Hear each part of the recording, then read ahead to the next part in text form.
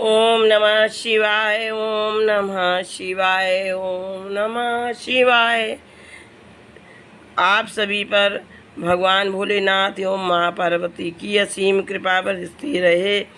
आज श्रावण मास की कथा, शिव महापुराण की कथा, अध्याय 15 में व्यास जी कहते हैं कि जगत के पिता भगवान शिव, जगत माता कल्याणमयी पार्वती तथा उनके पुत्र श्री गणेश जी को नमस्कार करके हम इस पुराण का वर्णन करते हैं। व्यास उवाच। जगता पितरं शंभुं जगतो मातरं शिवां तत पुत्रा च गणाधीशं न त्वएतत् वर्णयामहे। एक समय की बात है, नैमिषारण्य में निवास करने वाले शौनक आदि सभी मुनियों ने उत्तम भक्तिभाव के साथ श्री सूत जी से कहा। ऋषिगण बोले, हे सूत जी, विद्वेषण संहिता की जो साध्य साधन खंड नामा वाली शुभ तथा उत्तम कथा है, उसे हम लोगों ने प्रेम पूर्वक सुन ली।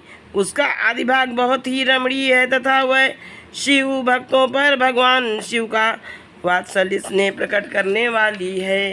हे महाभाग, हे सूत जी, हे तात, आप हम लोगों को सदा शिव भगवान शिव की उत्तम कथा का श्रवण कराइए, अतएव आप चिरकाल तक जीवित रहें और सदा सुखी रहें। आपके मुख कमल से निकल रहे ज्ञानामृत का पूर्ण रूप से पान करते हुए हम लोग तृप्त नहीं हो पा रहे हैं। इसलिए हे अनग, हे पुण्यात्मा, हम सब पुनः कुछ पूछना चाहते हैं। भगवान व्यास की कृपा से आप सर्वज्ञ एवं कृतकृत्य हैं। आपके लिए भूत, भविष्य और वर्तमान का कुछ भी अज्ञात नहीं है, अर्थात सब कुछ आपको ज्ञात है। अपनी सद्भक्ति के द्वारा गुरु व्यास जी से परम कृपा को प्राप्त कर आप विशेष रूप से सब कुछ जान गए हैं और अपने संपूर्ण जीवन की कृतार्थ कर लिया है। हे विद्वान, अब आप भगवान शिव के परम उत्तम स्वरूप का वर्णन कीजिए, साथ ही शिव और पार्वती के दिव्य चरित्रों का पूर्ण रूप से श्रवण कराइए। निर्गुण महेश्वर लोक में सगुण रूप कैसे धारण करते हैं? हम सब लोग विचार करने पर भी शिव के तत्व को नहीं समझ पाते हैं।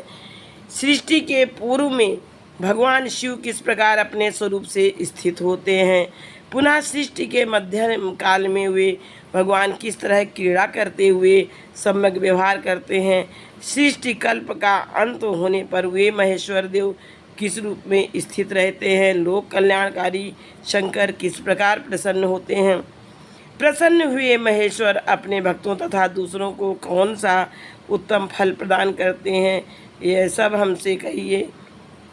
हमने सुना है कि भगवान शिव शीघ्र प्रसन्न हो जाते हैं। वे महान दयालु हैं, इसलिए वे अपने भक्तों का कष्ट नहीं देख सकते हैं।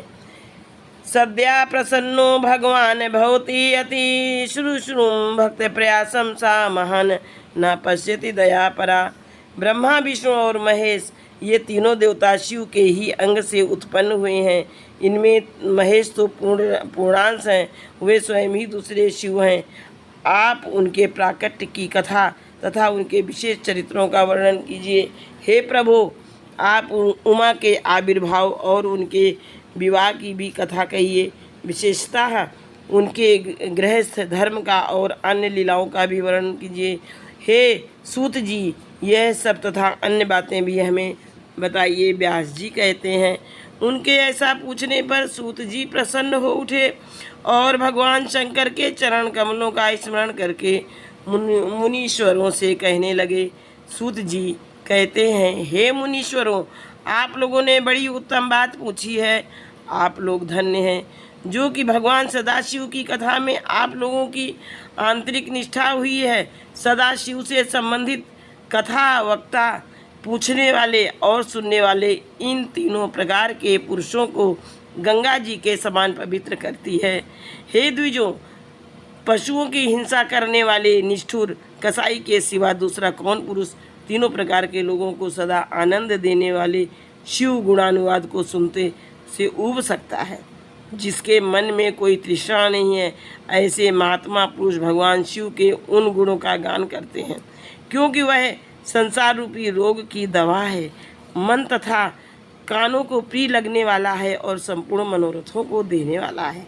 हे विद्वानों, आप लोगों के प्रश्न के अनुसार मैं यथा बुद्धि प्रयत्न पूर्वक शिव लीला का वर्णन करता हूँ। आप लोग सादर पूर्वक सुने। जैसे आप लोग पूछ रहे हैं, उसी प्रकार नारद जी ने शिव रूपी भगवान विष्णु से प्रेरित होकर अपने पिता ब्रह्मा जी से पूछा था। अपने पुत्र नारद का प्रश्न सुनकर शिव भक्त ब्रह्मा जी का चित्त प्रसन्न हो गया और वे उन मुनि श्रेष्ठ को हर्ष प्रदान करते हुए प्रेम पूर्वक भगवान शिव के यश का गान करने लिए व्यास जी कहते हैं। सूत जी के द्वारा कथित उस वचन को सुन